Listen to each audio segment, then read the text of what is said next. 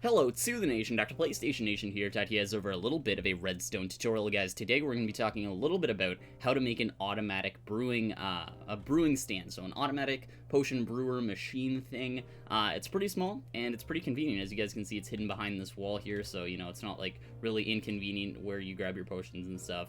As you guys can see right here, it's automatically throwing in the new recipe items. As you guys can see up here, you can see the items that are going into it. You guys can see the water bottles over here, all that great stuff. You guys can see the potions it's already brewed, and yeah, it's pretty cool. I definitely suggest you guys build this. If we're just gonna wait a second here for this to finish brewing so that you guys can actually see the potions leaving this. So as you guys can see, it's automatically going to empty them, refill it with water bottles, all that great stuff. Before I get started though, I'd just like to mention, guys, remember to check out my Minecraft server, play.squadcraft.net. You guys can go check it out over there. It's a PvP server. Maybe when 1.5 comes out, you can actually build one of these things for yourself.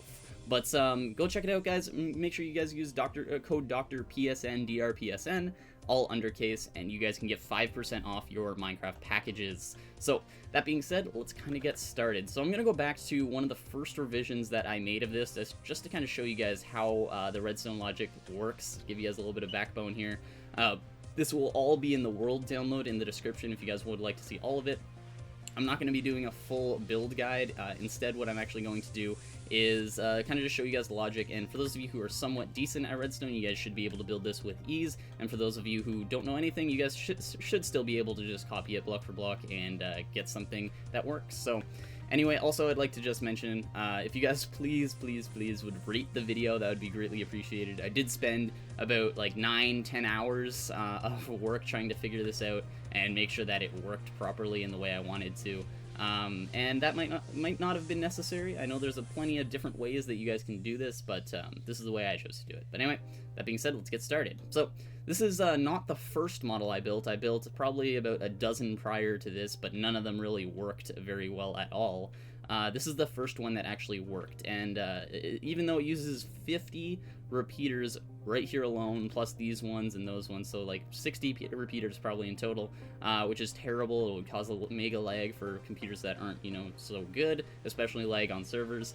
I decided to scrap this one, continue on to the next one. This one did work though, so for all intents and purposes, it did at least work. So moving on to the next one, guys, this is a little revision 2. This is where I incorporated logic into it and pretty much got it down to where I wanted to. I used this AND gate and basically used the logic to know when the potions were done. Pretty much I just, instead of using the 50 repeaters to time the potion brewing, I just basically set up some comparators, an AND gate to figure out when the potions were done brewing, opposed to setting up a timer. So that's basically how this one worked, but it was still pretty big, I guess. And now this is revision 3, guys. This, as you guys can see, is much smaller than this one over here, and pretty much that is this is the last revision here. I do realize that, you know, there's probably a couple places where I can make it, you know, like 1 block smaller or 1 extra piece of redstone, but this is as small as I got it. Pretty much I just took this and made it smaller, so there's no real logic updates or anything like that. But yeah, so that being said, let's kind of get started. There's no clear starting point for any of this right now. Pretty much the only thing that I can really start with is this AND gate is the emptying of the potions, because I guess that's kind of where it all starts. So pretty much how the potions get emptied is through logic, and through this AND gate pretty much. So the potions will only get emptied when this AND gate turns on. If you guys don't know what an AND gate is, pretty much it's when the signal is on here, so when this signal is on and this signal is on, this one will be on. Right now, as you guys can see, it's off, and that is because this one's off and this one's on. So this and this are not on, so this is not on either. That's kind of just basically how an AND gate works. That's very simple Minecraft logic. So moving on, we're going to figure out why this isn't on, and that goes to here. So pretty much what's happening right now is we have this brewing stand, okay, which is full. It's full of 4 different items, which means that this comparator next to it is outputting a signal of 15. That's a full redstone signal. It's a 15 block redstone signal.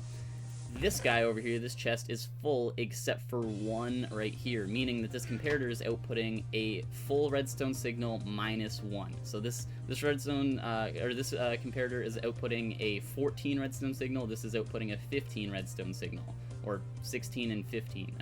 Either way, this one is outputting a signal 1 less than this one. Sorry if I messed up the signal strength, guys. This is outputting a signal strength 1 less than this one, and this comparator is actually in subtract mode. So if you guys want to see more about comparators, make sure you guys check out my Minecraft 1.5 playlist, and you guys will see everything about subtract mode, and it'll explain it in depth.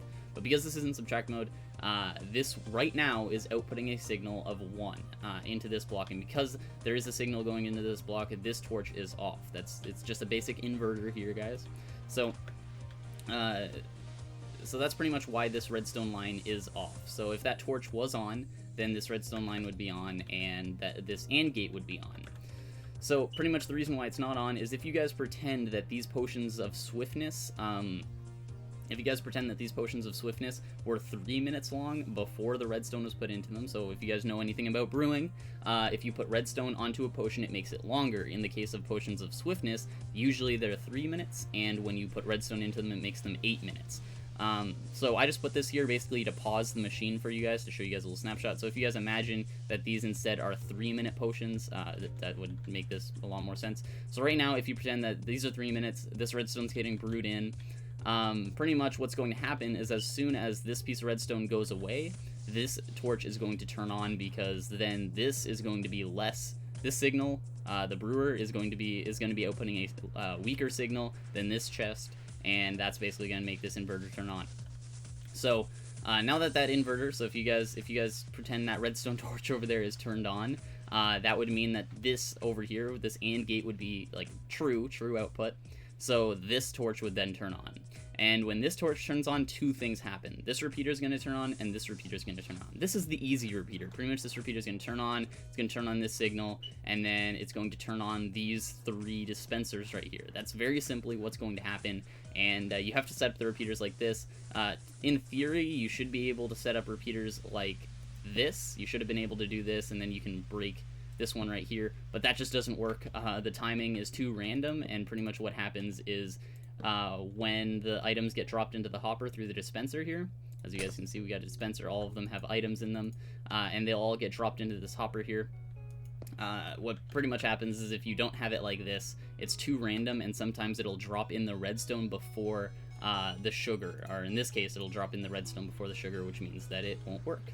So this is how we're going to set up the dispensers. Pretty much it'll just dispense the 3 items. You guys can change this out for any item. So the first one should always have nether wart in it to make an awkward potion. The second one will have whatever type of potion you want. In my case, I've been brewing swiftness, so I want swiftness. You guys can also throw whatever you guys want in it. So say you wanted, you know, like blaze powder or whatever. You guys can actually take the blaze powder. You guys could throw in blaze powder here, and you guys could throw in like anything, like a bunch of different stuff. And because dispensers are completely random, it'll just randomly generate you every time new potions. So this is something that you could implement inside of an adventure map or something, so everybody gets random potions or something. So that's something you can do. And then finally, the dispenser 3 should be something like redstone, gunpowder, or glowstone. Glowstone will make your potion, if it was swiftness, then it'll make it swiftness 2. It'll make it less time though. Redstone will make your potion go from swiftness 3 minutes to swiftness 8 minutes, like I just mentioned, and gunpowder will make your potion become from a normal potion into a splash potion. So you guys can throw those in there. If you guys want to see more on how to make potions, go to the Minecraft wiki and type in potions. So now that that's kind of going, we're going to go to the more complicated side, and this side is pretty much the thing that reloads the bottles. This is going to empty the brewing bottles, and it's going to throw in water bottles. So pretty much what's going to happen is after this turns on, we have a delay of 4 ticks here, which is going to then turn off this torch. And when this torch turns off, this redstone repeater right here is going to turn off, and if I show you this to you, I'm going to show you to just demonstrate it for you guys. Basically, if I grab a chest right here, there we go, and throw it right here, and put a block right here, redstone repeater, bam.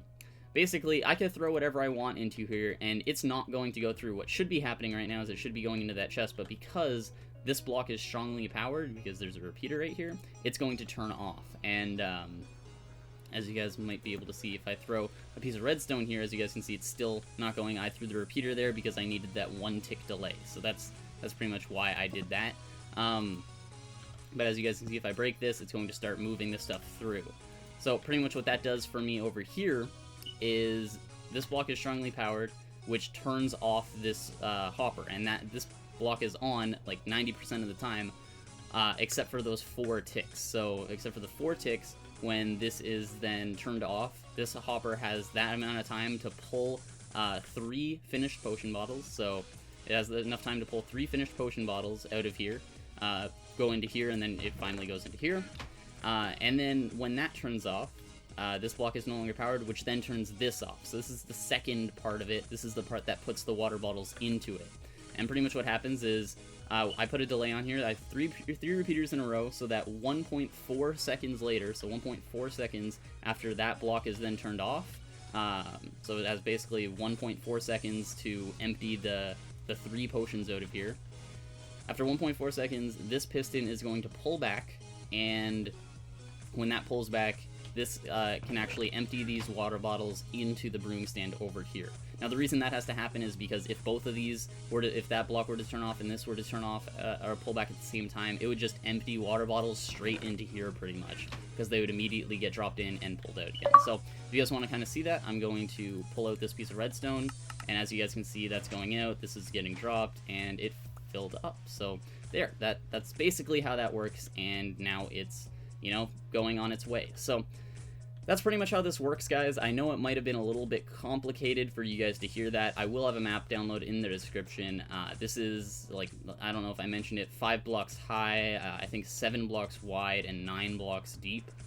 So it's actually pretty compact for what it can do. It's a very powerful machine. But, yeah, this is the one I've set up over here. Also, guys, just so you know, you can, in fact, switch this out for something else. Say you guys wanted to use a dispenser instead.